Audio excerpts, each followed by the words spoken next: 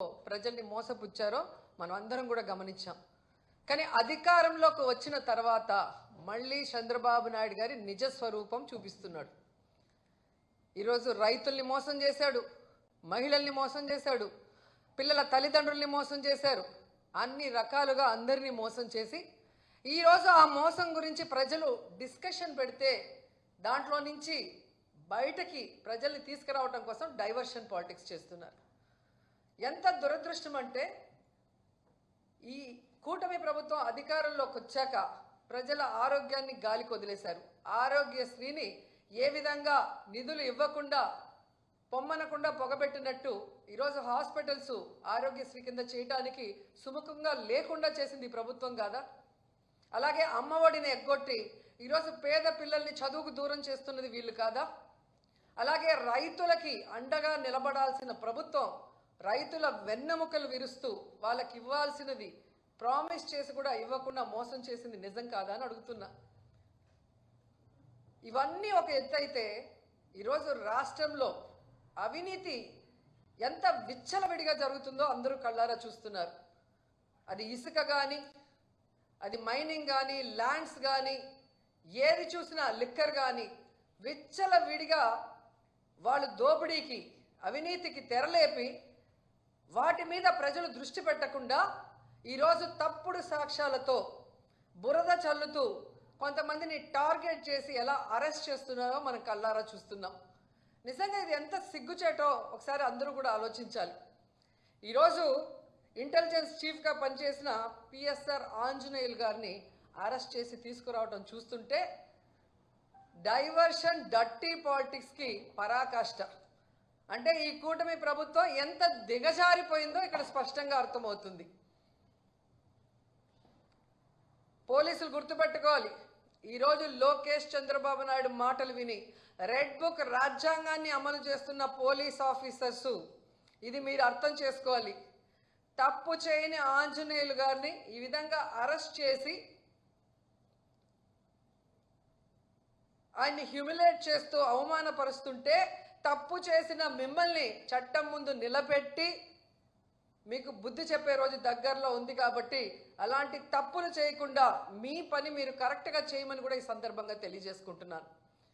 ఎందుకంటే ఏదో కిరీటం పెట్టేస్తారు చంద్రబాబు నాయుడు లోకేష్ అని చెప్పి చాలా చోట్ల పోలీసులు పెద్ద స్థాయి నుంచి కింద స్థాయి వరకు అందరూ కూడా వన్ సైడ్గా తప్పుడు సాక్ష్యాల్ని సృష్టించి తప్పుడు కేసులు పెట్టి ఏ విధంగా అరెస్ట్ చేసి పైశాచిక ఆనందం పొందుతున్నారో వాళ్ళందరినీ కూడా హెచ్చరిస్తున్నా. భవిష్యత్తులో మళ్ళీ కూటమి ప్రభుత్వం వచ్చే అవకాశం లేదు. ప్రజలు ఇప్పటికే మేల్కొన్నారు. ఈ కూటమి ప్రభుత్వం వల్ల వాళ్ళు సర్వనాశనమైన విషయాన్ని వాళ్ళు గుర్తించారు. జగన్మోహన్ రెడ్డి గారి ప్రభుత్వంలో పేదలు ప్రశాంతంగా బ్రతికిన విధానం గుర్తుపెట్టుకొని మళ్ళీ జగనన్న కోసం ఎదురు చూస్తున్నారు. జగనన్న ముఖ్యమంత్రి అయిన వెంటనే తప్పు చేసిన వాడు ఎవరైనా వదిలిపెట్టేది లేదు. న్యాయస్థానం ముందు నిలబెట్టి వాళ్ళందరినీ కూడా జైలుకు పంపిస్తామని కూడా హెచ్చరిస్తున్నాం. అండ్ ఈరోజు మీరు చూస్తే ఎంత విచిత్రంగా తయారైందంటే చంద్రబాబు నాయుడు నైజం. ఆయన తప్పు చేస్తాడు, సాక్ష్యాధారాలతో సంతకం పెట్టి దొరికిపోతాడు. డొల్ల కంపెనీల్లో కంపెనీ అనేదే ఉండదు, కొత్తగా ఒకటి సృష్టించి దాంట్లో డబ్బులు ట్రాన్స్ఫర్ చేసి దాన్ని ఎలా వాళ్ళ అకౌంట్లోకి తెచ్చారో అన్నీ కూడా క్లియర్ కట్గా దొరికిపోయాయి.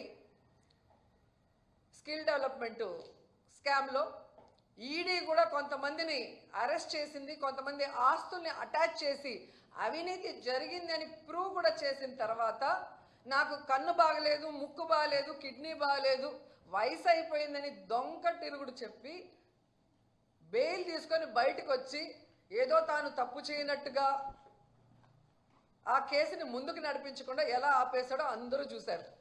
నీకు దమ్ము ధైర్యం ఉంటే ముఖ్యమంత్రి సిబిఎన్ గారు మీకే చెప్తున్నా, స్కిల్ డెవలప్మెంట్ స్కామ్లో మీ మీద పెట్టిన కేసులో మీరు ఎలా సంతకాలు పెట్టి డబ్బును దోచుకున్నారు ఈ ప్రభుత్వంలో అనేది ఈడీ కూడా ఓకే చేసింది. దాన్ని ఎందుకు సిఐడి విచారణని ముందుకు నడవనీయకుండా ఆపేశారు? దమ్ముంటే స్కిల్ డెవలప్మెంట్ మీద మీరు విచారణ చేయించుకోండి. మీ వల్ల కాకపోతే సిబిఐకి అప్పచెప్పండి. అలాగే మీరు చూస్తే ఫైబర్ నెట్ కేసులో ఎందుకు మీరు విచారణను ఆపేశారని అడుగుతున్నా. ఈరోజు ఏదో ఆంజనేయులు గారి మీద ఒక కేసో లేదా మిథున్ రెడ్డి గారి మీద ఒక దొంగ సాక్ష్యాలతో ఒక కేసో పెట్టి భయభ్రాంతులకి గురి చేయాలంటే ఎవరు భయపడే ప్రసక్తి లేదు. ఎందుకంటే మేము తప్పు చేయలేదు కాబట్టి ఎవరికి భయపడాల్సిన అవసరం లేదు.